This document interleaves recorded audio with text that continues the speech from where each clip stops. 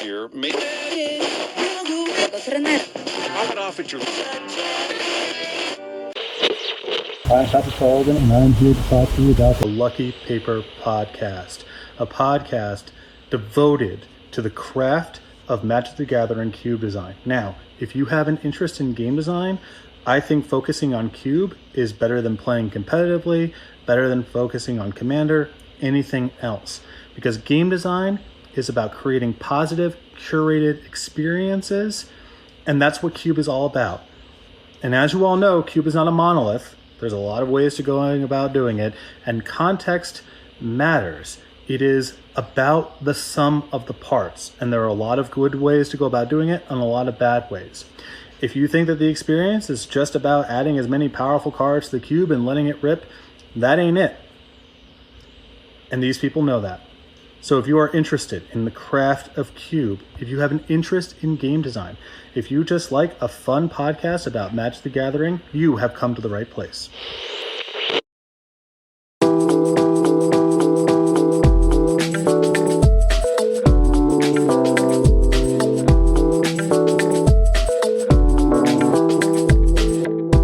Hello and welcome to Lucky Paper Radio. I'm your host, Andy, and I'm here as always with my co-host, Anthony, Little Scotch Goblin Maddox. That's not a compliment, I don't think. You like Scotch, and goblins are honorable people, right? Yeah, depending on who you ask. If you ask the creators of Dungeons & Dragons, they are just to be summarily executed. I remember the first time we played, it was like, we just kill these guys now? Like, it was so every time we met a goblin, it was like, well, are we sure they're bad? Like, can we go talk to them? Like, they seem to be fine. And every time it's like, roll for initiative. It's like, what the?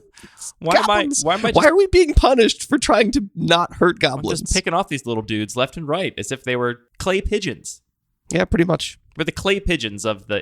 what's the TV tropes term for like the things that are just there to be destroyed? Is it red shirts? Is that the trope? That makes sense. Or straw men?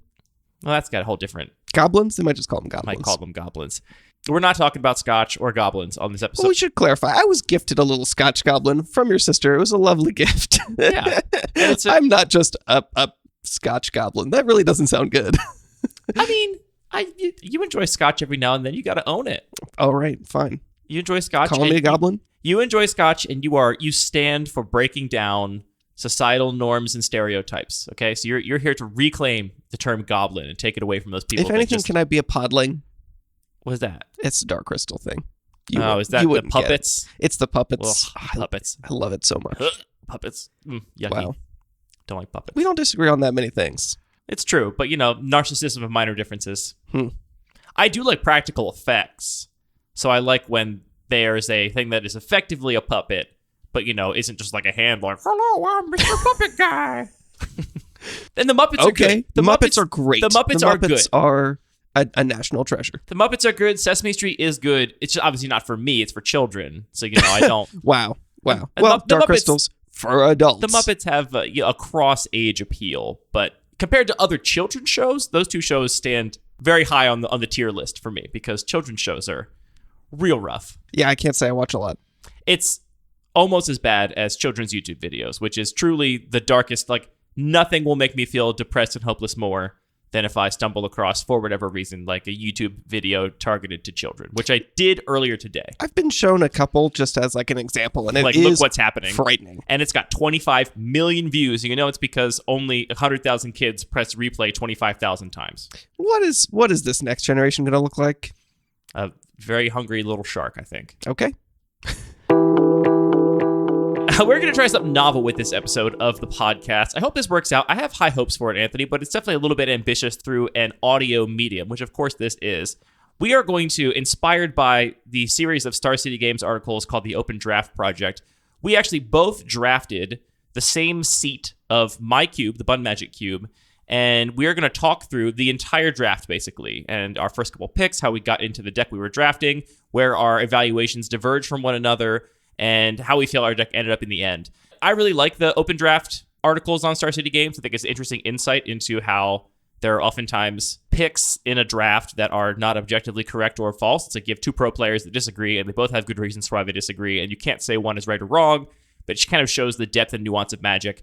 And, we talk a lot about designing cubes here, Anthony, but we don't have opportunity that much to talk about playing cube because what do you talk about? Like, you're not going to walk through a board state and decision and what kind of decision you make there. So this is really an attempt to just talk more about playing cube, I think, in the context of drafting. Yeah, I mean, I will say it's definitely, like you're saying, a lot harder to talk about playing because there's so much context that you need to be able to really describe what's going on. And I also think that, the design is really interesting is the thing that distinguishes Cube in a lot of ways from other formats. So I think that's why we focus there. But there's obviously, we love to play Cube, so there's a lot to be said there. There's also obviously a lot of crossover. I think the being able to put on the player hat when you're a designer is very important. Absolutely. To not get lost and mired in your beautiful machinations and forget how it will perform in the real world in practicality. So we're going to put a link and instructions in the show notes because you too can draft this seed. So if you want, you can pause the podcast now before we talk about any of our picks. Go follow the instructions in the show notes. If we can, we'll link directly to a redraft page. I'm not sure we can do that though, so we'll probably have to link to a draft of this seed. And I'll probably just do a draft where I pick the first card in every pack so that the deck they see there doesn't spoil what kind of options they have for them. From there, you can hit redraft and basically draft this same seed that we're drafting. Now, if you're listening in the future, this won't always be true because as soon as I make a change to my cube, this draft seed will not be the same anymore because all the packs will be rebuilt and reshuffled. I'll make sure to not make a change for, let's say, 2 weeks from the publication of this podcast. So if you're listening within 2 weeks, you can go draft this seed along with us. And then come back and listen and see how your picks compared to ours. And if you think you got a better deck than ours, send it in. I want to see the best decks drafted from this seat. You can also go in the show notes. There'll be a link to everything that we pick so you can follow along exactly with what each of us did. Yes, there is a page we built specifically for this that will have our drafts in order with the card we selected highlighted, which is very easy to follow along with the draft. And we are obviously not going to read every single card in every pack here. I think we'll basically just touch on the cards that are in contention for us and where our decisions diverged. And some of the picks, as every draft goes, some of the picks get pretty obvious towards the end of the pack where there's only one thing in your colors or there's a clear power outlier. So not all of the picks are going to be meriting discussion. Let's dive right in, Anthony. Should we at least read the whole first pack? Pack one, pick one? Yeah, I think so. This is the pack we opened from my Bun Magic Cube. I do have to confess, Anthony, I did craft this a little bit, just a tiny bit. And what I wanted to do, you'll see I failed. I wanted to choose a pack that I thought we would both take the same card because I thought at least us starting out in the same direction would lead to more opportunities for nuanced discussion. So I did farm around a little bit where it's if the pack's got 3 fetch lands in it, we could take any one of those and, it might affect later decisions. But this pack is as follows: Mishra's Factory, Flame Tongue Yearling, 2 Godless Shrines, Rip Apart, Skyclave Shade, Night Pack Ambusher, Soul Scar Mage, Lotus Cobra, Blood Chief's Thirst, Bloodbraid Elf, Misty Rainforest, Boon of the Wishgiver, Fiery Islet, and Hallowed Fountain. For me, this was a kind of easy first pick. Whenever I see a fetch land in a pack one, pick one, I just go through this basic math of, are any of these cards enough better than a fetch land that they're worth committing to pack one, pick one? There are no colorless cards in this pack if you don't count lands. And for me, nothing else here got there, so I took the Misty Rainforest. You did something different, but let's go through the first couple picks of my draft so we can kind of get people in the mindset of where my deck is headed, and then you can go through your first couple picks. In the next pack, I was looking at a couple cards in contention. So again, I started on Misty Rainforest, and the cards I'm looking at from the next pack are basically Thoughtseize, Liliana the Last Hope, and Grist the Hunger Tide. Maybe a small shout out here to Porcelain Legionnaire as a very open pick, but realistically, Porcelain Legionnaire is not powerful enough to take me off of Thoughtseize, Liliana, or Grist. Between those 3, I ended up going with Thoughtseize just because I thought 1-mana spells are more at a premium, less replaceable than 3-mana Planeswalkers. If you can see, there's already 2 in this pack here. There's going to be a good density of 3-mana threats no matter what my deck ends up doing. Liliana, I would take over Grist, I have to say, though. I think she's actually a little better, even though she's monocolored, and obviously less committal to a specific color. But I ended up taking the Thoughtseize. And the next pack, I'm really at this point still trying to draft the hard way, right? The Ben Stark model of take what's being passed to me and not just force something. So I've got a Thoughtseize, I've got a Misty Rainforest. In this pack, there isn't anything that really stands out as a great pick. The things I was looking at were just taking a random shock land. There's a Stomping Ground, there's a Hallowed Fountain. I could stick with black cards and take Knight of the Ebon Legion or Collective Brutality, which are the 2 best black cards in the pack by my measure. Or you can do what I did, which is just take what I think the best card in the pack is, irrelevant to my first 2 picks, and that's Burst Lightning. So I took Burst Lightning here. So now I'm on Thoughtseize, Misty Rainforest, Burst Lightning, And then I will stop here with pick 4, Anthony, because pick 4 is really where I think my deck started to take shape and I knew which direction I was headed. And that's where I opened a Wrenn and 6. This is a quite a powerful pack. I think pack 4 was a lot better than pack 3. A lot of contenders here, depending on what your first couple picks were. But given that I had fetch land, black card, red card, I was pretty excited to take a red-green card that will encourage me to take more mana fixing and play probably at least a 3-color deck with Wrenn and 6. Wrenn and 6 is powerful enough that it gets me excited about drafting around it and is a strong pull to be in that color pair. The other thing that jumped out at me here, if I had picked something different in my first couple picks, would have been Murktide Regent, which I do think is powerful enough to warrant picking very highly. So if I had gone like, I don't know, Thoughtseize, Collective Brutality, Misty Rainforest, then I'd probably be on Murktide Regent at this point and just say like, all right, I'm going to play blue-black tempo and get this Murktide Regent as my top-end finisher. Maybe even lean into control if I get a board wipe later. So at this point, I've got kind of a smattering of effects. I've got cards in 3 different colors and 1 fetch land. But I feel like with Wrenn and 6, I have committed at this point now, and I'm no longer drafting the hard way. If I open up a Goblin Guide, I'm not going to say, let me just shift into mono red. I'm doing something that's going to be at least 2 or 3 colors at this point with the Wrenn and 6. What are your thoughts on those first couple picks, Anthony? Before we do yours, what's your critique or observations about mine? Oh boy. Pick 4, you're like, I know what I'm doing. I feel like it's early pack 2 when I'm really like, okay, I've got a plan now. Okay, maybe not know what I'm doing, but like I have a thing I'm looking for where I'm not just taking whatever the best card in the pack is, pretty much. Sure. And to be fair, I think a lot of people sit down at Cube and make this decision at pack 1, pick 1. They're like, oh, a card I like, I'm doing this. Because we should acknowledge that it's much easier and more viable to force decks in Cube Draft because there are way fewer duds. You can split colors with other players and still get plenty of playables. And also, especially if it's a 360 card cube, you kind of know the pool of cards that's going to be open, so you know if a deck is going to work more or less at the table. It's not that hard to get it at your seat. So I think a lot of people just kind of force. And I stayed open a little bit, but once I get to pick 4, I've already got a fetch land. I've got a couple of good spells in different colors. Wrenn and 6 brings the room together, and I'm going to be aiming to do some sort of red-green and some other colors deck. So I went through a lot of similar thought processes, but made some pretty different choices here, and hopefully I can defend them and, if not convince you, at least make you think I'm not a complete dummy about this. I find it very hard to think you're a complete dummy, unless you're like, I don't know, pack 1, pick 1-ing, like Rip Apart. I'd be like, what are you doing? I mean, Rip Apart is strong. Rip Apart kills, all the cards are strong. Rip Apart kills almost every planeswalker and creature in the cube. All the cards are strong. But I did not take Rip Apart. So a huge sort of feature of this cube that informed a lot of these early decisions was the fact that you have a ton of lands in this cube in the current iteration. There are 2 of each fetches, is that correct? And 3 of each shock land? 2 of each of the true fetch cycle, plus a Prismatic Vista. So 21 fetch lands in the cube overall. And then, there are 3 of each shock land, plus additional fixing lands. I have the 6 Horizon lands. I have a man land or 2. So there's a bunch of lands going on for sure. So because of that, I feel like if I had been looking at this pack before you'd made that change and added so many lands to this cube, I would definitely be completely with you. Like, especially a blue fetch is a really, really high pick in a lot of contexts, and that'd be an easy first pick. Because there were so many lands, I was a little bit more interested in starting with something else, some card that would actually define my deck a little bit more and see where that went. And again, for those same reasons, because there are so many fetch lands, I think Lotus Cobra is actually extremely powerful in this particular environment where, you play a fetch land, it just makes 2 mana right away. You can generate a ton of mana really quickly and have these explosive starts to games. So that's a card that just has a really high ceiling that was drawing me in.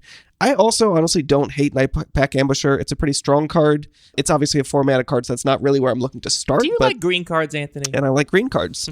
We've also got Bloodchief's Thirst is probably the next thing I'm interested in just because it's extremely efficient. The other things, I'm not going to take any other land above a fetch land, and I didn't feel like just starting with mono red aggro, although I think that would be a reasonable direction to go as well. Yeah, like I said, I think it's perfectly viable to just force it. So you started on Lotus Cobra. So I started on Lotus Cobra. Second pick, I think I was in a pretty similar space to you. I was definitely looking at Liliana, Thoughtseize, Grist. Potentially, again, we have some great mono-red aggro pieces with Monastery Swiftspear, where there's a Goblin Rabblemaster, and then good white aggressive cards as well with Adante Vanguard and Esper Sentinel. But I was with you. I think that the highest power level and sort of most flexible cards early in this draft are going to be either Thoughtseize, Liliana the Last Hope, or Grist. And I agree with you. I think Liliana is actually just more powerful, especially in this context where there's a lot of cheap creatures. You're not necessarily always guaranteed to have fodder that you want to be able to sacrifice. I think Liliana is just incredibly powerful, and I enjoy casting it more than I enjoy casting Thoughtseize. I'm that kind of Magic player. So you're going Lotus Cobra into Liliana. Yep, the dreaded green-black stuff deck. Well, so I guess I should ask, at this point in the draft, are you thinking I'm going to be playing green-black, or are you thinking I'm just picking up good cards and I'm going to decide later on which of these cards I'm going to actually play in my deck? Well, I know I'm going to be playing green. Fair. You check your nameplate. Yes, yep, it says Anthony here, so... No, I'm definitely just in the mode of I'm taking what I think is the most powerful card, and I'm trying to pay attention to what else is in the pack, because I want to be able to, when I wheel the pack, get a sense of what's being drafted at the table. So next up, this pack didn't really have a lot that got me excited. There's a couple efficient black removal spells, which if I'm playing a black deck, I'm happy to have a couple. Hydroid Crisis is maybe the most powerful card here. Maybe I should have taken that in retrospect, but I ended up sticking with a black spell with Knight of the Ebon Legion. Like you're saying, cheap spells are really important. I am very happy with my pick of Liliana, and I think this is going to go really well with it. Importantly, I think it's a very flexible card that works well in an aggressive deck and really continues to perform well into the late game, whether you're an aggressive deck or not. So I think it's a very flexible card that I'm happy to take early.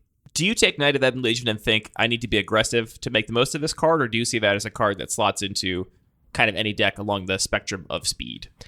For my personal a card evaluation, I would say it's pretty flexible, and I'm happy to put it in basically any deck. Okay. Do you disagree with that? I don't know. I definitely think of it as a premier aggro card and sure. A fine mid-range card and probably not a control card at all, in comparison to something like Liliana or Thoughtseize, which I think Liliana or Thoughtseize goes in every deck, literally. It's a great aggro card, great mid-range card, and Liliana and Thoughtseize are both fantastic control cards too. So, and then Lotus Cobra is not as flexible, but it's about as flexible as green cards get, frankly. Lotus Cobra will go in any green deck in my cube. There aren't really any green control decks per se that float around. At least, the slowest decks tend not to be green, because green's a very proactive color in my particular cube environment. Yeah, it strikes me as a little bit less flexible, but it seems like your card evaluation of it is that that's actually very flexible. I'll play that in any deck too, so... Yeah, that's my read. I could definitely be off about that. The other card that does stand out here is Collective Brutality, as, again, something that just does a lot of stuff, and so in most decks, you're going to be pretty happy with that. Yeah, on pure power level, Knight of the Ebon Legion might have the edge, but I definitely think of Brutality as the much more flexible card. That card was put in any deck, and maybe it'll drain my opponent for their last 2 life, and I win off my aggro deck. Maybe it picks off a little attacker in my control deck. It can do all kinds of stuff. Not any of those things particularly efficiently, which is why I think the power level ceiling is in Knight's favor, but it is very flexible for sure. I agree, this pack is a bit of a dud. And critically, in those last 2 packs, we didn't really see many green cards, so I'm definitely thinking, we might not end up in green. Obviously, there's not that much data because only a couple cards have been taken, but I'm definitely not tied down to anything. So going into pick 4, where you took Wrenn and 6, there is a Wooded Foothills, so obviously that's a fetch land that goes well with the Lotus Cobra. There's a Graph Reaver, which is another good aggressive black card, but Murktide Region is just a busted Magic card. So I ended up just taking 4, thinking this is probably the most powerful card in the pack, I think, except maybe for Fractured Identity. And I'm not ready to take a card that's off by 2 colors. And 5 mana too, yeah. Right. Hard to argue Fractured Identity is an extremely powerful card when it resolves, but 5 mana and 2 colors is quite a bit asking you to resolve it. Here, I'm surprised to see you starting with Lotus Cobra, not having any fetch lands yet, turning away a pick 4 fetch land for a card that is not in either of the colors you've drafted. So you're really just that high on Murktide Regent. Yeah, it's a big dragon. I'm glad that you are also a member of the Church of the Murktide, because... I don't love it. I don't want it. I don't want to play with it. But I'm trying to win here. I'm trying to be a spike. The other card I was definitely considering was Languish, because it's a card that is most on color with what I'm doing, and I have a Planeswalker, so that's starting to form a plan. Again, these are tiny edges. I'm not thinking this is my plan now. I 100% need this or not, but it's a couple percentage points of change in how I'm evaluating each of these cards. Why don't you keep going until you feel like you've got a good sort of start to your draft and direction for the deck? It could be a while. Okay, well, that's fine. We got to go through the picks. All right, so next pack, we have a couple solid options. There's a Dig Through Time, which is, now I have a blue card. I could keep going down that direction. Tassiger is an interesting card I haven't really played with much yet. It can be extremely efficient. It has some late game value where you can continue to generate card advantage with it. Daretti is also very interesting as, again, just an extremely powerful 3-mana Planeswalker. Those are kind of the things that are standing out to me. This is a very solid pack, I think. I ended up going with Tassiger because it was what was interesting to me. I'm definitely a little bit influenced by the fact that it's a card that I haven't played with much. I'd like to get more experience with it, and I think it fits with sort of the mid-rangey black game plan that I'm starting to potentially see. And it also opens me up to potentially still be blue-black and play the Murktide region. So the next pack kind of threw me for a loop. So we've got Baleful Strix, which if I want to sort of follow the blue-black plan, that's obviously a very solid card. Right now you have mostly black cards with one green card and one blue card. Correct. But this pack contains a card that I think is just absolutely bonkers, and I refuse to pass. It has Lelia the Blade Reforged. This is another interesting pick to me because I agree Lelia is very strong, but it's definitely not take me into a brand new color, pick 6 strong over a Baleful Strix or a Negate or something like that. You know what? I disagree. My experience with Lelia has been largely that I would say 4 out of 5 times it's cast, it eats a Disfigure or Shock or whatever. And that's part of what it's supposed to do, right? Like, you have to play threats that demand removal. Right. And the 20% of the time it doesn't get removed, it very often takes over the game. And so that's a very fine place for it to be. It's not a knock on its power level. But that is, to me, not that extraordinary. Like, there's a lot of 3-drops that you need to answer, otherwise you're going to lose the game, in this environment at least. And this particular one, while it has the benefit of having haste and being able to possibly recoup that card the exact same turn you've played it, it also is susceptible to some of the widest array of removal that my 3-drops in this environment happen to be susceptible to, with its only 2 toughness until you attack once. Anyway, that's a bit of a surprising pick for me, but I agree the card is really strong. And so I think if you're still drafting the hard way, like, yeah, if this was a 10-card pack 1, I would take Lelia as well. Yeah, and importantly, I'm gambling on the fact that Lelia is powerful is part of it, but the bigger part is I think that red is not really being drafted by the people. Like, this is pick 6, so 5 cards have been taken out. That represents some amount of information that red is potentially open. So I'm, trying to invest in the future and gamble on getting more red cards. Not to metagame too hard. Okay. But do you actually approach these drafts on Cube Cobra, these simulated drafts, the same way you would human drafts, or do you think at all about the meta level of knowing that there are bots behind these picks? I try not to think about it, but it definitely changes the feel of the drafts. I think in 2 ways. I think that the bots tend to be pretty maybe responsible, or they find their colors and they stick to it a little bit more consistently, I think, than real players. So I think you can in a way actually read signals better with the bot drafts, but I also think they make some wild choices and you end up seeing cards that you would never expect to continue to, which actually is maybe more consistent, because a human player might just be like, well, that card's too powerful, I can't pass that, whereas the bots are potentially sticking to their guns and actually being willing to pass the powerful cards. The other factor I've noticed with the Cube Cobra bots is I think they take new cards too lowly. I don't know how cards that have no draft data associated with them, or very little draft data associated with them, get integrated into the AI model that's deciding when to pick cards. But it feels like if the card is not that popular in terms of number of cubes on Cube Cobra or relatively newly printed, I find that things just keep coming around late. And Lelia is one that I find still is in packs because it hasn't gained the data in the algorithm yet to know that it's good. But here you are helping with that data, Anthony, by picking it highly. So doing the best I can. Good on you. Do I feel like I have a plan yet? Not really. I feel like I'm seeing red feels fairly open. I'm a little bit wishing I'd taken Duretti in the previous pack, because I do think it's still a little bit more powerful than Tasigur, but trying to stay open, take flexible cards. In the next pack, unfortunately, I do see some pretty powerful green cards. So I'm like, well, do we want to go back to trying to draft green? There's Courser of Crufix and Vivian Monsters Advocate, which I think is one of the more powerful 5-mana green planeswalkers if we want to get really specific. It's the worst one in my cube of the 2, I think. Okay. Yeah, that adds up, actually. But it's a powerful card that I guess I enjoy playing with it. But I chicken out and say, let's just take a fetch land, be a little bit flexible. So I take Flooded Strand. Do I have a plan yet? Not really, because pick 8 is keep going really, you get a plan. Really tough.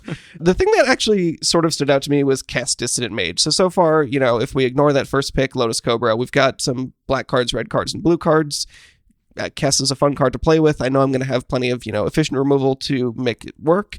It is still a 3-color card, and I don't have the confidence to do that. So I ended up taking Occult Epiphany. This is, again, a new card. This is the one that lets you discard a bunch of cards, draw a bunch of cards, and make a bunch of spirits. So I'd be excited to play with it. It's only 1 pip, so it's fairly flexible to be able to put in my deck. And it does work really well with Murktide Region and Tasigur. So I could see a world where that ends up being a pretty critical part to this deck. Is it? I don't know yet. This is going to sound like I'm dragging you, but I think it's a good opportunity just to point out a couple of the earlier decisions. So taking Lotus Cobra over a fetch land, this is the risk you run, right? Right. Like, you took a powerful green card that you assessed to be worth it over a fetch land, And now as these packs are breaking down, you're like, oh, here's a cool 3-color card with all the other picks that are in those colors. And if I had a little more mana fixing, maybe it would be appealing. But that option is kind of off the table for you. And I agree. I don't think you can really take Kess at this point. The other choice I think comes up here is the Liliana versus Thoughtseize choice, where like, yeah, I agree. Those cards are two very powerful cards. They do very different things. It's hard to evaluate them in a vacuum. But Thoughtseize being cheaper allows you to do things like put a Kess in your deck and say, well, my deck is going to lean on this 4-mana card as its like, main engine. Thoughtseize obviously plays great with Kess because it's something to do on the early turns of the game. Liliana and Kess, I mean, they don't have any sort of dis-synergy together. They're perfectly fine. But now that's 2 cards that are, again, occupying that kind of like 3-4 mana big threat slot, which I do want a limited number of in any of my decks. So I am conscious of always trying to prioritize the cheap mana cards because you'll see a Kess later on. You'll see another 3-mana threat later on, but you're unlikely to see Thoughtseize again. So those are the 2 things I wanted to point out is why I prioritize fixing and cheap cards so highly, because I think it does give you more options as the draft evolves later on in the game. Oh yeah, that's all absolutely true. And again, I think the fact that there are so many fetch lands now makes that a little bit more reasonable to me, but yeah, depending on where you evaluate those, I could definitely see that being incorrect. And to be clear, I took the fetch land and the Thoughtseize, but I did not take Kess at this step either, so it's not like that's what I ended up doing. It's also worth noting this pack, again, does have 2 very strong green cards. It has Noble Hierarch and Pest Infestation, so... And Scavenging Ooze. Put Ooze. some respect on Scavenging Ooze's name. All right, I'll respect Scavenging Ooze. All right, so pick 9. Do I have a plan yet? I don't know. Tune in to find out. I'm noticing a couple things. So I feel like these were the only 2 red cards, Soulscar Mage and Flame Tongue. Right, this is the pack we opened that has now finally come back. Right, so this is where we have like real data now. We know everybody had an opportunity to take these cards, and they've come back. Rip Apart's still here. You'll not be shocked to hear. It is a gold card, and it is fairly replaceable with monocolor equivalents. So even though I'm feeling a little bit not great about seeing a bunch of these late, well, not that late, but reasonably late green cards in the previous pack, I feel like I'm getting a better sense that red is a better direction to go in. There is a Night Pack Ambusher that has wheeled, but, like we said, it's an expensive card. It is a meaningful threat, but I'm not going to take that as too much of a signal. So I actually ended up taking this Skyclave Shade. I'm not super excited about it, but I'm a little bit happier to say let's stick with black as a primary color, feeling optimistic about red as a secondary color, even though I don't actually have a ton of red cards yet. That makes sense to me. So at this point, are you just off green? I think so, yeah. Okay. That makes your next pick make sense, too, because the next pick, that Grist's still in the pack, but Grist you don't is still in the take it. pack. I take Order of Midnight, which is... I don't feel aggressive enough to be taking Bloodsoaked Champion, and I don't have a lot of confidence in at least my own playing of aggressive black decks here. I'm happier to have something that is a little bit more evasive, generate some card advantage, be a little bit more mid-rangey. Again, in retrospect, I was drafting early this morning. I'm not saying I did the best draft. Maybe taking either Goblin Rebel Master or Monastery Swiftspear would have been the better plan, but I am happy to see those still in the pack, so I'm feeling confident in my read at what's going on at the table. From looking at the rest of your picks of this pack, it does seem like you have a plan, which is like take the black cards, pretty much. Yeah. Focus on the black cards. You did get a late, I would call it a late Dreadhorde Arcanist in pack 1, pick 13. Which, are you planning to play that at this point? Are you like, this is cool, I'm in a deck where I'm playing red as my secondary color, or are you like, that's not likely to make my deck? Yeah, that's definitely the plan. Again, it would be great to have the Thoughtseize with it, but I know there are a lot of sort of cheap 1-mana black removal spells and red 1-mana removal spells. So Dreadhorde Arcanist could be a perfect fit for a sort of mid-rangey black-red deck. That's a great transition into the rest of my first pack, which I'll try and cover a little more quickly just for the sake of time. So as I mentioned, by pick 4, I was pretty excited about my red and 6 and kind of thought I had a plan. Pick 5 did offer me Tasigur, Daretti, the 2 cards you considered. This is the same pack that also has Dreadhorde Arcanist in it, and this is an example of where I just let my personal proclivities get the best of me, and I'm like, I'm taking Dreadhorde Arcanist. I love that card too much. I'm planning on playing red. I already have Thoughtseize and Burst Lightning, and the idea of playing Dreadhorde Arcanist in a multicolor deck that has a little greedier mana base and lets me play more different kinds of spells is just too appealing. So is the correct pick for win percentage Dreadhorde Arcanist here? Probably not, especially not considering that we saw from your side of the draft that it's probably going to wheel based on the bots. But that's what I take because I really just want to make it work. And the idea of a Dreadhorde Arcanist Ren and 6 deck is just very appealing to me. Then I get some mana. Mana is very important. I pick up Stomping Ground, which I need. I should say, too, that I'm always looking very closely here. So we see a Stomping Ground in pack 1, pick 6. there was a stomping ground earlier in Pack 1 Pick 3, which I noted when I took the Burst Lightning. And so when I see that one here, I'm like, all right, that's 2 of the 3 stomping grounds in the cube. And if I'm going to play these cards I've drafted, I need at least 1 stomping ground. I always want at least 1 shock land in the colors that I'm playing. And so I really highly prioritize the first copy. And so I see the second stomping ground in the packs. And so I take that one over the alternatives, including over Layla, even though I'm planning on playing red. That's how highly I value fixing at this point. So card's really good, but I'm taking stomping ground instead because I think it's too important. There's so many lands. You'll get lands. Pick up some removal spells. By the time the Kess pack comes around, Kess is in the pack still, but the rest of the pack has changed a little bit, and I have an opportunity to take it Once Upon a Time, which I rate really highly. Again, it's these cheap cards that you just can't replace necessarily, or you really want a high density of. When the first pack comes back around to me, I'm thrilled to see there's still a Blood Chief's Thirst in the pack, which there was not in your pack, which is interesting because it felt like you were cutting black more strongly than I was, but for some reason the bots in my draft did not take Blood Chief's Thirst, but they did in yours, which is an interesting data point, I guess, for how the bots work. But at this point, Grist Wheels, which is kind of egregious, I think. Again, it's kind of a new card. It is 2 colors, so maybe that makes sense for it wheeling. I do want to talk about Dragon's Guard Elite here because I don't see a lot of cubes like mine playing Dragon's Guard Elite, and admittedly, it seems a bit odd because it's this green card that cares about instants and sorceries, and at high power levels, we don't see a lot of instants and sorceries matter in green decks. And so this is basically a gold card. I've heard a lot of people describe it as basically a secret Simic card, like it's secretly blue-green because you want to play with a bunch of cantrips. And obviously, I think it's good there, but in this Jund deck I'm drafting so far, it's also looking like it's going to be quite good. I have a lot of cheap spells already. I've got my Dreadhorde Arcanist as ways to flash back spells, to put more counters on the Dragon's Guard Elite because it is copying a spell, so that does count. That's the kind of card that makes me feel like I have the right deck, and I'm excited for where this draft is going because it's in this 3-color synergistic kind of pile it's happening. The only thing notable about the rest of my pack 1 is that Lelia also did table, which that one I do think is egregious and a failing of the bots. So I got Lelia second to last pick in the first pack, and that is surely going to make my deck, and I'll be very happy to play it. Wouldn't happen with human drafters that are capable of reading the Magic card, I suspect. Yeah, it's a little wild. We've got in your last couple of packs, Murktide Regent, Duretti, Ingenious Iconoclast, and Lelia very close to the end of the pack there. Yeah, the Murktide Regent also wheeled. I, at this point, was really committed to this Jund deck, and so I couldn't take it. But again, I think it's kind of like the new card bias, where there's just way fewer drafts of them on Cube Cobra, so maybe they weight the ELO differently. I'm not entirely sure of how that all works. But regardless, some wheels that I don't think you would get from a normal pack. How are you feeling after pack 1 with your deck, Anthony? Medium minus. Okay. I'm feeling medium plus with my deck after pack 1. I'm more excited about it than I think it's going to be good. In reality, I think a lot of the cards I have are going to be played in a step down from their ideal scenario. So a Dreadhorde Arcanist is by far at its best in a blue-red tempo-y deck, which I do not have. And so that card's not going to be at its best. Dragon's Guard Elite is, I think, going to be quite good here, probably about as good as it could be, but that's kind of a weird... That's not my high pick for my 2-drop threats for a deck like this. So there's some cards that I'm definitely planning on playing that are not going to be, A++ performing at their best. But as I said a second ago, I'm really excited for the way this deck is shaping up, and I'm excited to see how I can make this Spells Matter synergy and this Lands Matter thing with Ren and 6 kind of all come together in pack 2. All right, so at this point, I'm feeling pretty confident. There's a good chance my plan is black, red, somewhat aggressive. I'll be honest, I don't have a ton of experience playing black, red in this cube. It's honestly not the color pair I've played the most in general. So I don't know if it should be really, really aggressive, and maybe I'm making a mistake trying to sort of fall in this more mid-rangey space, but that's kind of where I'm thinking.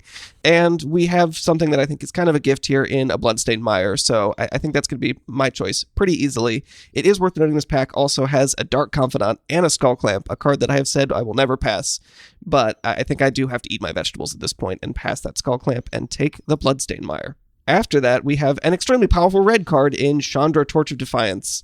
Nothing else. There are a couple of fetch lands here. There are 3 fetch lands that I could play in a black-red deck, but I think my deck is feeling a little bit anemic, and this is just the finisher that I want to have for this deck. So I'm pretty happy to take Chandra. There is also white and Seal of Fire, which are just relevant pieces of interaction, relevant threats that I would be pretty happy with those, but I would definitely be taking a fetch land over either of those. Pack 3 was interesting. So there is a Grafted War Gear. There is Retrofitter Foundry, a card that I love, but definitely not feeling like the home for it here. Golos is in the pack, which, again, very powerful, but am I looking for 5-mana spells at this point? Probably not. So I ended up taking Is Fire Covenant. This is exactly the kind of like one-sided sweeper that in a somewhat proactive deck you can really take advantage of. So I'm excited to give that a try in this environment. In the next pack, again, I have some good options. So I'm feeling pretty good about just being in the space because of the cards we see. There's a Flame Slash, there's Fiery Confluence, Plague Engineer, Earthshaker Kenra, Agadeem's Awakening, Go for the Throat. Like it feels like this is the seat to be drafting Black-Red. And I take Inquisition of Kozilek for all the reasons we talked about, cheap interaction. I also would love to see Flame Slash and Plague Engineer wheel. I don't think I will get both of those. Well, I'm definitely not getting both of those, but I think I'll get something decent out of this pack from the wheel. And then a pretty good pickup in pick 5, there is a Blood Crypt. So I've got a fetch land. I'm feeling good about the colors I'm in. And that first shock land, like you're saying, I think is really important because I can get all the off-color fetches I want once I have that one shock land that I can get. Notably, there is a Scalding Tarn in this pack. There's a Shatter Skull Smashing, which is a pretty easy card to include. And a Death Shadow? I don't know if Death Shadow is good in this cube. But I don't know either. That's one of the most recent additions. But taking your shock lands is a good transition here. So just to go through my first couple of picks of this pack before our packs diverge too much and there's not much of a comparison point. In that first pick of pack 2, I agree with you. Got to take a land. Here's a great example of me prioritizing shock lands highly. So this is an Overgrown Tomb. Pretty sure we also saw an Overgrown Tomb in pack 1. And so again, I was kind of like noting in the draft, like there goes one of the lands I'm going to want to pick up. So even though there's a perfectly on-color Bloodstained Mire here, I am playing black and red. The Overgrown Tomb is what I'm going to take here instead to make sure I cover my bases because I am planning on playing Jund at this point. In the next pack, I take one of the fetch lands. I chose Wooded Foothills, which was not really a decision. It was either that or Verdant Catacombs, and there was some reason I had for choosing one or the other. I can't remember what it was, but they both played. Maybe just the particular combination of shock lands you had at that point made it more flexible. And then pick 3 gets a little interesting. So here, there's nothing great for my deck by my estimation. I could take a Elvish Reclaimer because I have red and 6 and a bunch of fetch lands already, and I know I'm going to be taking them continually highly. And so this card I think is quite good if you have 5 or 6 fetch lands in your deck. I could take a Oath of Nissa, which is a reasonable green cantrip, though this is actually the kind of deck where I think Oath of Nissa is at its worst because I am planning on having a lot of non-creature, non-planeswalker spells. So I kind of looked at that and was like, ooh, I love green cantrips or whatever that help me make my deck function more smoothly, but this one does not fit here, so I'm kind of ruling that right out. Fire Covenant was a consideration. I ended up speculatively taking Golos.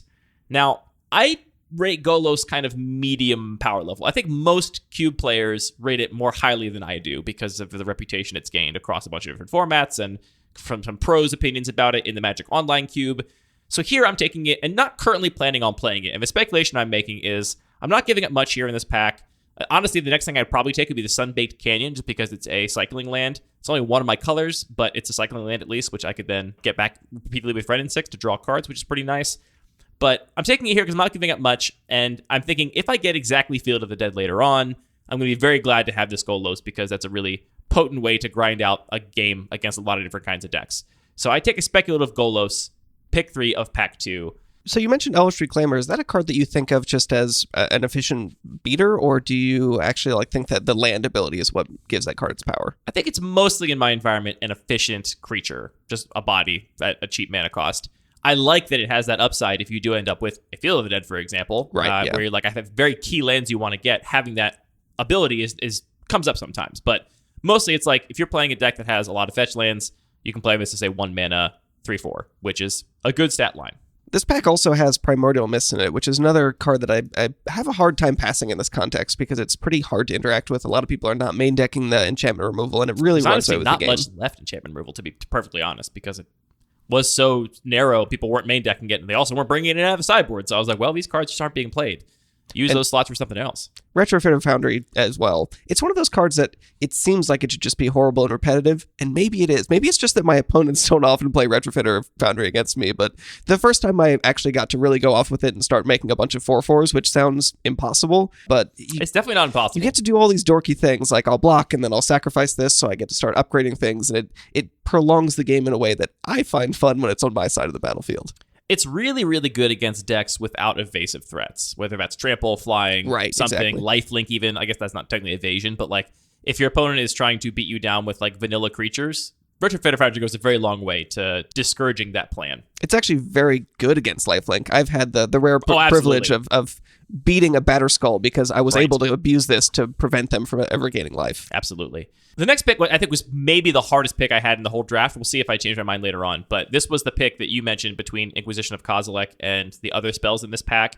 The one that really jumps out at me is Flame Slash. And we both have Dreadhorde Arcanist at this point, so I'm looking at these cards and I'm like, Dreadhorde Arcanist is great. And I really couldn't decide what to take here. It was really tough. Inquisition, I think, is pound for pound the better card. The tiebreaker for me here was that I already had Thoughtseize, and I didn't have any 1-mana creature removal yet.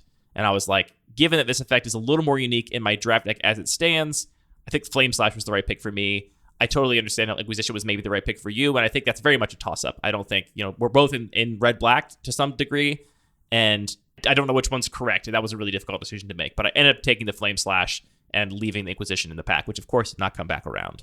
This is a silly thing to say because obviously if we're choosing between these, we're playing black and red, but I feel like something like Flame Slash goes down in a color pair where you're going to have access to a lot of other removal, whereas if you're in a green-red deck, Flame Slash is going to be much higher priority because your other color is not necessarily going to provide any replaceable effects. That's true. I buy that. There's definitely way more creature removal than there is hand hate in the entire cube, right? Because there's just more ways to interact with creatures than there interact with hands. So that's maybe a decent argument for taking Inquisition. Yeah, I actually buy that was the wrong pick for me. Maybe I should have had Inquisition there instead. Passing up on a fetch land is worth noting. Windswept Heath there for me, which wouldn't work in your deck, but would definitely work in mine. And I, again, rate fetch lands very highly because I have that red and 6. I'm playing 3 colors, but these 1-mana premium interactive spells are good enough to get me off of a fetch land. We both took the Blood Crypt, which plays in both of our decks. And then the rest of my pack here is pretty straightforward, I would say. There wasn't a lot of notable things. I got a couple of late fetch lands. I did wield a Sunbaked Canyon, which I ended up not even playing because they didn't have enough room for non-basic lands. It only tapped for 1 color of mana. And luckily just picked up a couple more fetch lands late for my deck, pretty much. How did your pack 2 finish out?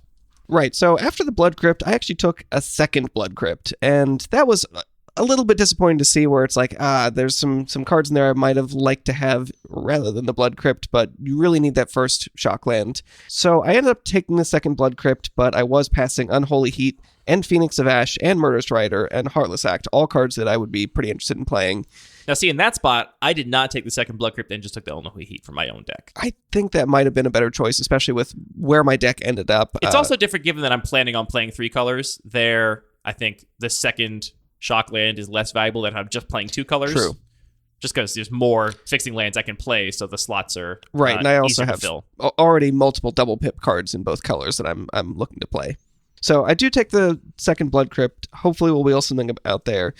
I will say, even though it's like, it's disappointing, I didn't get to take all these cards that are great choices, the fact that they're still here, we're only halfway through the draft, that is still a good sign. So after that second Blood Crypt, I take Grief, which maybe this is, again, an interesting place where there's just a bias from the bots not drafting these newer cards, but I think this card is bonkers. I would have liked to take the Dismember that was also in the pack. It definitely feels a little weird to pass up on the Ancient Tomb, but Ancient Tomb doesn't actually help me cast that many things that I've chosen so far, so I'm pretty happy taking a Grief. I'm not that shocked to see the Grief late for what it's worth. I don't think this is necessarily a misstep of the bots. So I think Grief is fine. I don't think it's extraordinary. I definitely wouldn't put it... You've heard it here first. Grief is fine. I definitely wouldn't put it... In my cube specifically, where you can't do like ephemerate nonsense, like obviously it's kind of messed up and constructed, but in this cube specifically, I would not put it in the top half of the black cards in terms of high picks for decks and flexibility and power level. Huh. Interesting. Then in the rest of the pack, I also had a fairly straightforward rest of the pack. You got a GT really I got late, a too. GT. That was very exciting. So again, that seems to fit the plan of, I don't want a ton of equipment, but if I can get something that is that impactful, I will happily play that. I got a Nurturing Peatland, the black-green Canopy Horizon Land, whatever you want to call it. And I'm very happy to play these off color. As long as it's in one of your colors, it is basically just like a land that has cycling, arguably slightly better than cycling. And maybe I'd side them out if the matchup is my opponent's very aggressive and I don't want the life loss. But as a baseline, I'm going to be including a couple of those. I got a Scalding Tarn, which is great. Same deal with a Sunbaked Canyon. Again, it's just one of my colors, but it's fine. Then this really stacked pack, I did get the Plague Engineer back. I'm pretty happy with that, even though I would have liked some of that cheap removal, but Plague Engineer does a lot of work. There's a lot of situations where, against a mono white deck, you can just wipe your opponent's board, or against somebody that's making a lot of tokens. Ongoing. Constant board wipe. It's very potent. And then I ended up taking this was a dubious pick. Why did I do this? Master of Death over Shatterskull Smashing. I think maybe there was still a potential of splashing blue if there was something really potent, but I think Shatterskull Smashing is just a card you always want in your deck if you're playing red. And last two picks, a surprisingly late Monastery Mentor and a Portable Hole. Quick check-in. How are you feeling about your draft at this point? I think I feel a little bit better. I feel like I'm, at the very least, in a color pair that is a little bit underdrafted at this table, so that's where I want to be. Are you looking for anything specific going into pack 3?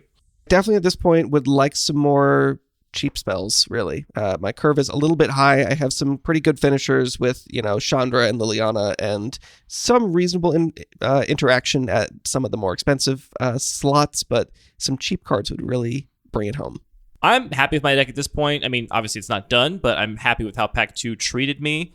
And going into pack 3, I'm really just looking for more fetch lands. I have, I think, 4 at this point, but I would like a couple more to really grease the wheels of my deck.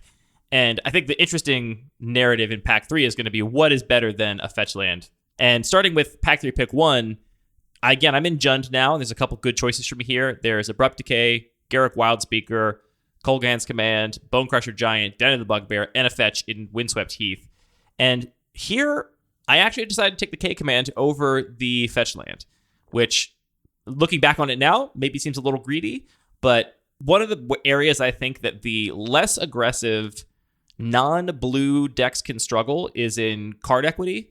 Like if I'm playing against a aggro deck, I feel pretty good about my matchup because I have a lot of removal spells. I've got lots of beefy creatures in my Jund deck, so I feel pretty good about that matchup. In a mid-range mirror, I feel okay as well because of all the various synergistic engines I have going on. Against control, it's a little more questionable, how I'm going to beat a deck that could just draw more cards than me and just out-card advantage me because I don't have a particularly fast clock.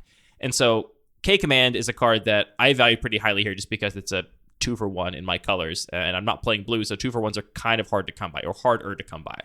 The next pack, I also ignore another fetch land in Marsh Flats and just take a young Pyromancer over a Grimflayer or Ulcerate. There's an Uro in this pack, and there's definitely a direction my draft could have gone where I was greedier with my mana and would be playing 4 or 5 colors, really leaning on that Golos, and I would take Uro here, but that's not the deck I ended up drafting, so Young Pyromancer is great to go with all the things I got going on in this deck.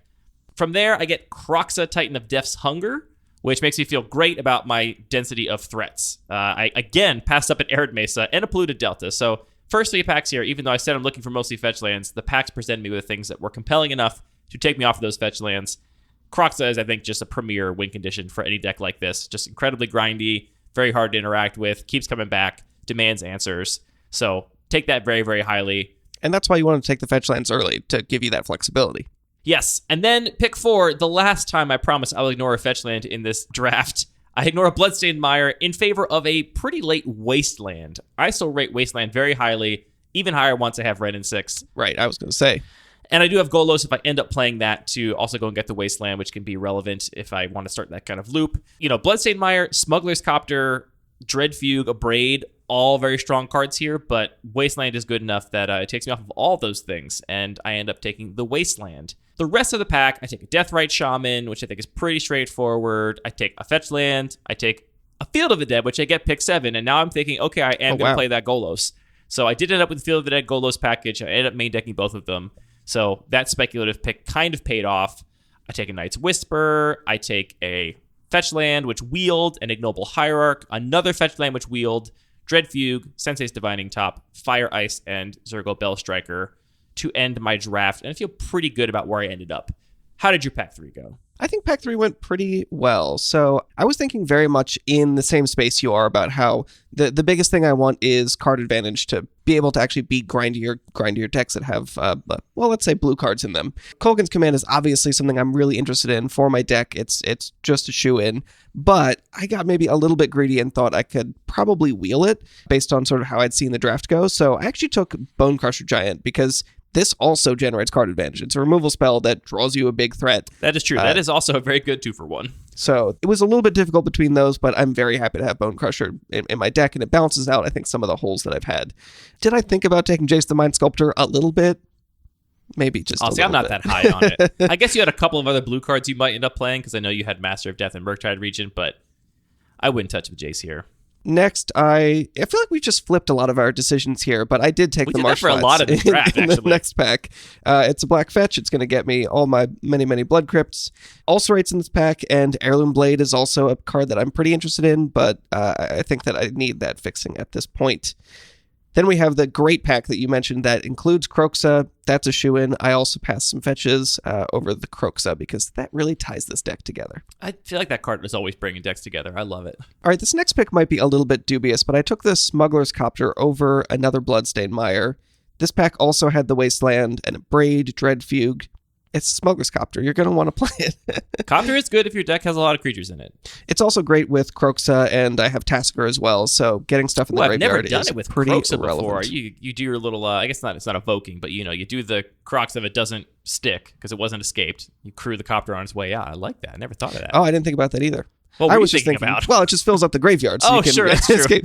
I'm thinking the level 1 thing, but that's also cool. I missed the level 1 thing. Yeah, it's true. It does also just fill up the graveyard. With our for powers Kroxa. combined. We will do reasonable card evaluation. I was also very excited to pick up this Deathrite Shaman. I think the way that this deck potentially wins is, by casting Lelia or Liliana on turn 2. So hopefully we can get that happening. I'm passing Magma Jet and Arc Trail, so this might be the failing of this deck is I really passed a lot of those burn spells that might be very relevant. Next up, we got another fetched land over Cling to Dust, one of your favorites. A Duress, a Luris, which is kind of interesting. I think I'm just going to throw that in the main deck and see how that goes. Kolgan's Command did in fact wheel, so did Jace the Mind Sculptor, but we're very happy to have Kolgan's Command. Bots, see me after class. Didn't you take Young Pyromancer in pack 2? No, I took it pick 2 of pack 3. All right, well, I'm going to take the Young Pyromancer. Heirloom Blade's also very strong. You're much better because you wheel the cards I took. I know, it's really powerful. So you're a much better drafter, apparently. Between having Smuggler's Copter and GT already, I don't think I can really afford to put a third equipment or a vehicle in my deck, so I'm going to take the Pyromancer, even though I don't know if that's going to get main decked either, so that's dubious. Pack 11, I took Bloodsky Berserker over another fetch land. I feel like I'm just not quite there on playables, and it's a pretty efficient threat. Again, it can just eat a removal spell, but oftentimes your opponents just can't deal with it right away, and then it can really get out of control. A Dreadfugue, which I'm happy to have some more hand interaction. And the last couple picks don't particularly matter. A Sensei's Divining Top, which I don't know if I've ever seen anybody play it in this cube. Really? But it is here. A Fire of Fire and Ice, so there's a little bit of interaction I'm happy to play. And a Zergo Bellstriker, which I don't think I'm aggressive enough to play. We got the same last 3 picks. Let's just review these decks overall. Overall, I'm pretty happy with my deck, though. Like I mentioned earlier, it's got this interesting tension where a lot of the cards I am playing outside of their ideal A+ context. But I think by their powers combined, they create a new, more novel context where these cards can individually shine. Basically, I took the A's or A+ from a couple of decks and jammed them together where now they're B's, but I have a lot of B's because of the way I've kind of pulled the A+ from a couple of different decks. The cards I'm specifically talking about. So we'll have these decks on the website, somehow either images or something in the show notes on the website, so you can check that out. My deck ended up with 9 1-drops, 8 2-drops, 5 3-drops, a single 4 in Garruk Relentless, and a single 5 in Golos, which is a curve I'm very happy with. My main threats start at 2 and then carry through 2 and 3 specifically, where my big threats are, and I have an Ignoble Hierarch and a Deathrite Shaman to maybe get some of those 3s out there a little bit early. I ended up with 6 targets for my Dreadhorde Arcanist, which I think is fine. I think a great Dreadhorde Arcanist deck has more, but that's enough that I'm happy with Dreadhorde Arcanist and Dragon's Guard Elite in this deck. I think they're going to do just fine. And Young Pyromancer. I do have a couple 2 and 3 mana spells for Young Pyromancer and Dragon's Guard Elite, so I think that's going to do work. And then really leaning on these Planeswalkers as a way to stifle aggro, because Duretti and Grist are both especially good against aggro because they make 1/1 tokens as blockers, which is great against a lot of aggro decks. Wrenn and 6, great against aggro because you could oftentimes pick off a whole creature with its down tick, and a 2-mana spell that kills a creature and leaves a Planeswalker behind is quite good. So I'm hoping that's going to get me there. And then for the control matchup, I really need to stick one of these Planeswalkers early and hope that I can dodge some interaction and get these things kind of put together. So overall, I really want to play this deck. I'm excited to see how it does. I gotta admit, I have not actually played a deck quite like this in my cube because a lot of these cards are relatively new additions, but I think the sum of all these parts, pulling these cards out of their like ideal play scenarios and putting them together, makes for a reasonable deck. And of course, I just have the Golos Field of the Dead engine if it comes down to that. A couple things to note here. You mentioned along the way that, Sunbaked Canyon is a hybrid card, and I agree. A red or white deck will play it. I didn't have room for it. It was in my pool, but I had to start it in the sideboard because I needed enough fetchable lands for my 8 fetch lands, which I ended up with, which is a very good number. Very happy for that with Ren and 6 and Deathrite Shaman. Those cards are going to be very live given all those fetch lands. It also made it good enough that I'm very excited to play Sensei's Divining Top here. Normally, I think of that as a more dirtily kind of control card. It gives you something to do with your mana if you're a slow deck that is playing mostly reactive spells. And this is largely a proactive deck. So that's kind of a weird inclusion maybe, but I think with 8 fetch lands, it's going to really put in a lot of work in terms of filtering my draws and give me what I need.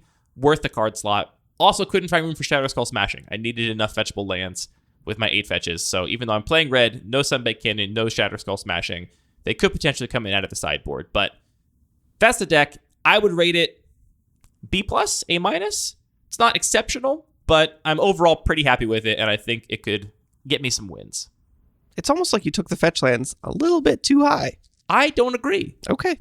I think if I had 5 or 6, this deck would be a lot worse. I'm really glad I have 8. Fair. So my deck, I don't think I'm quite as enthused with as you are. Yours, I'm definitely a little bit light on some of the cheap spells. So I have 5 1-mana spells, 10 2s, 6 3s, 2 4s, and depending on where you put Tassiger, maybe a 6. He's a 1-mana spell. Count him as a 1-mana spell. Perfect. So we'll put him down here, and now my curve well, he might be if you took fetches more highly.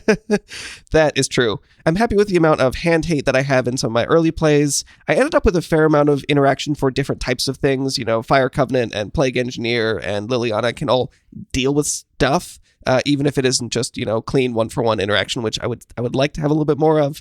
I'm not thrilled with a couple of the 2-drops that are kind of maybe they would be at their best in a very aggressive deck, but there's some interaction with some of the discard and things like that. So I think it's going to turn out okay. I feel like this is a C. I could 2-1 with this deck on a good day. Yeah, it strikes me as a little bit unfocused in the ways you were saying, right? Right. A deck that has, first of all, most of your spells are black, mono black. You have 1, 2, 3, 4, 5, 6 red or gold red spells. So the rest of your non-land spells are all black. So it almost reads like a mono black deck that is then playing Chandra, which I think you do have the mana for, right?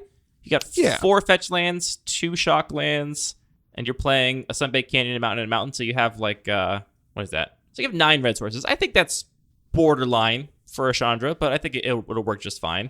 Yeah, I guess the thing I'm noticing here is that, like you said, a couple of these cards really want to be in aggressive decks to get paid off. And I'm looking at cards like Graph Reaver, Order of Midnight, Skyclave Shade. Really want you to have a density of cheap creatures. It's also obviously not the ideal situation for Lurrus where it's main decked, but I think it's totally fine here. You got a lot of things you could potentially buy back. So yeah, overall I would say this is almost an aggressive deck, but then has some 4-mana spells and not really enough 1-mana spells to make those aggressive 2s really shine.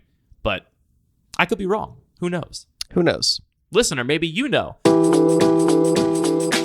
I hope this was possible to follow. And for those of you that are listening in a context where you can also simultaneously have that page up on the website where you can look at the decks and look at the draft logs, I hope it makes it easier for you to see what was going on. And if you were drafting along, I hope you could hear some of the discussion about decisions and recognize those decisions that are ones you made in your own draft. And hopefully that was relatable.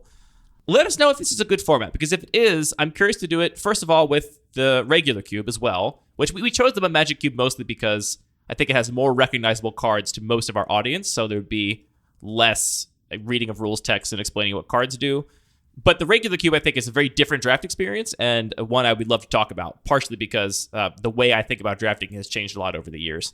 So we might do this with the regular cube. We also might do this with the cube neither of us have ever played before, which would be a very different experience. I feel like I can, with some confidence at least, look at my own cube or Anthony's cube, which I've played a bunch, and be fairly confident in what the sort of range of reasonable picks are, where that is not the case with the cube we've never drafted, but perhaps talking about that discovery layer will be interesting to hear too. So if this is a good format, we will do it again. If it's too confusing and hard to follow and you were zoning out as we were just reading cards that were in packs, then let us know and we will not do it again. Any final thoughts about this experiment, Anthony, or your deck? This is nerve-wracking.